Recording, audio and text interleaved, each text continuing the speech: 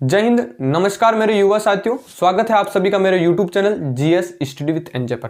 दोस्तों, आज के इस वीडियो के अंदर अपन समझने वाले हैं बजट के बारे में, जो वर्तमान में भारत में प्रस्तुत किया जा रहा है फरवरी महीने के अंदर बजट। तो अपन वीडियो में समझेंगे कि बजट को कैसे प्रस्तुत किया जाता है। जो भारतीय संविधान का आर्टिकल नंबर 112 है ना, उसके अंदर बजट की चर्चा की है। अगर आपने संविधान को बहुत ध्यान से पढ़ा है ना, तो संविधान में बजट शब्द की चर्चा ही नहीं है। संविधान के अंदर वार्षिक वित्तीय वितरण नाम से लिख रखा है, बजट का कोई चर्चा ही नहीं है। बजट तो कुछ नहीं है, बजट का शब्द मतलब ही होता है, बजट का मतलब है एक भाषण। राष्ट्रपति साहब इस बजट को प्रस्तुत करते हैं। प्रस्तुत कौन करता है? राष्ट्रपति साहब करते हैं। राष्ट्रपति साहब वित्त मंत्री से इसको प्रस्तुत करवाते हैं। अब अगर मान लीजिए वित्त मंत्री की लड़की की उस दिन शादी है जिस दिन बजट प्रस्तुत हो रहा है, वित्त मंत्री तो आएंगे नहीं क्योंकि कन्यादान करेंगे उधर। तो उस समय बजट कौन प्रस्तुत करेगा? उस समय राष्ट्रपति साहब खेल मंत्री को बोल सकते हैं, रेल मंत्री को बोल सकते हैं, स्वास्थ्य मंत्री को बोल सकते हैं, किसी भी मंत्री को, पशुपालन मंत्री को बोल देंगे आप बजट प्रस्तुत कीजिए। कोई भी मंत्री बजट को प्रस्तुत कर सकता है अगर वित्त मंत्री मौजूद नहीं है। अगर वित्त मंत्री मौजूद है तो नॉर्मली वित्त मंत्री ही बजट को प्रस्तुत करते हैं। बजट एक भाषण के समान। और बजट में होता क्या है? बजट में कुछ नहीं होता। राष्ट्रपति साहब इतना बड़ा पर्चा लेके आते हैं, इतना बड़ा पेज पूरा कागज लेके आते हैं, उसके अंदर सारी योजनाएं लिखी हुई होती है कि इस साल हमारी सरकार 56 करोड़ रुपए का रेल में डोनेशन करती है, इस साल हमारी सरकार 3 करोड़ रुपए का एयरपोर्ट बनाएगी, इस साल हमारी सरकार शिक्षा में 5 करोड़ रुपए देगी, इस साल हमारी सरकार सभी हाईवे के किनारे किनारे 5 करोड़ पौधे लगाएगी। जो भी खर्चा करना है ना एक साल के अंदर, वो सारा बता दिया जाता है कि इस साल हमारी सरकार ये करेगी, इस साल हमारी सरकार वो करेगी। ये तो होता है इसमें खर्च का होगा। आय का बताया जाता है कि इस साल हमारी सरकार को रेवेन्यू कितना प्राप्त होगा, यानी इनकम टैक्स से कितना प्राप्त होगा, जीएसटी से हमें कितना प्राप्त होगा, रेलवे से कितना प्राप्त होगा, अगर किसी रेलवे को प्राइवेट में डाल रखा है तो हमें कितना पैसा प्राप्त होगा।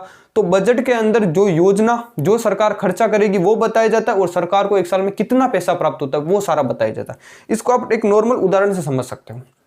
मान लीजिए आप अपने परिवार के मेन सदस्य हो, आपकी कहीं नौकरी लग चुकी है। अगर आप नौकरी कर रहे हो तो अच्छी बात है, लग चुकी है। मान लीजिए आप 50,000 महीने का कमाते हो, आपके मकान का काम करवाना है, तो आप एक साल में सोच लोगे कि एक साल में मुझे मकान बनवाना है, मेरे लड़के की शादी करवानी है, मेरे को मकान के अंदर टैंक बनवाना है, गाड़ी लेनी है। आपके अंदर कितना खर्चा आएगा एक साल का, वो आप अनुमान लगा सकते हो।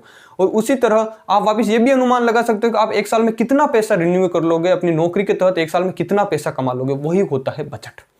बजट 3 प्रकार का होता है: आम बजट, अंतरिम बजट, लेखानुदान।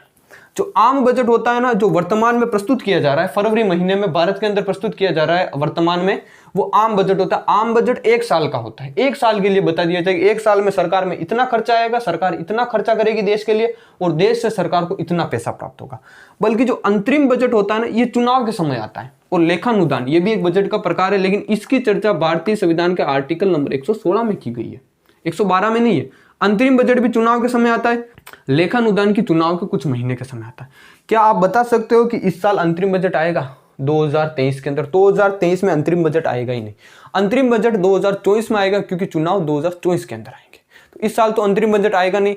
अंतरिम बजट जब चुनाव होता है ना, उसके 3 या 4 महीने पहले आता है। उसमें भी सरकार ये बता देती है कि इन 3-4 महीनों में हमारी सरकार इतना खर्चा करेगी, इतनी सारे पोस्टर चिपकाएगी, चुनाव में ये खर्चा करेगी, ये सड़कें बनवाएगी। आप पता है भाषण तो वैसे ही होते हैं, जैसे आपके गांव में बहुत सारे नेता भी आते हैं, जब चुनाव होता है उस समय भाषण करके चले जाते हैं, हम आपकी रोड को डामर की बनवा देंगे। डामर की छोड़ गिट्टी की रोड ही नहीं बन पाती वो। यही होता है अपने देश के अंदर। तो मतलब जो अंतरिम बजट है ना, चुनाव के समय प्रस्तुत होता है। उस समय पूरा बता दिया जाए कि एक साल में हम इतना खर्चा करेंगे, सारी नालियों को ढका देंगे, सारी नालियों के कीचड़ को बाहर निकाल के नालियों के बाहर डाल देंगे, जहाँ मच्छर पैदा होंगे, लोग मरेंगे। यही होता है। जो आय होती है वो बता दिया जाता है, हमें इतना पैसा प्राप्त होगा वो भी बता दिया जाता है। अंतरिम बजट जो चुनाव के समय आता है। लेकिन लेखानुदान भी चुनाव के समय आता है।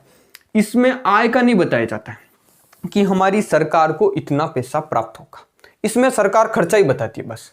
अब समझते हैं दोस्तों अपन तीसरा, लेखानुदान, जिसकी चर्चा भारतीय संविधान के आर्टिकल नंबर 112 में की गई। ये भी चुनाव के समय आता है। अंतरिम बजट भी चुनाव के समय आता है। इसमें आय और व्यय दोनों बताए। इसमें आय नहीं बताई जाती है कि हमें कितना पैसा प्राप्त होगा, इसके बारे में नहीं बताया जाता। इसमें यही बताया जाता है कि हमारे कितना पैसा खर्च हुआ है। ये होता है दोस्तों बजट। तो आई होप दोस्तों आप इस वीडियो के अंदर कंप्लीट रूप से समझ गए होंगे बजट के बारे में। बजट से कभी पैसा नहीं आता है, कि ऐसा नहीं कि बजट पास हो गया मतलब पैसा आ गया। पैसा लाने के लिए विनियोग पारित करना पड़ता है, वो संसद करती है। इस प्रकार दोस्तों भारत में बजट प्रस्तुत किया जाता है। आई होप दोस्तों आप इस वीडियो के अंदर समझ गए होंगे। जय हिंद, जय भारत साथियों।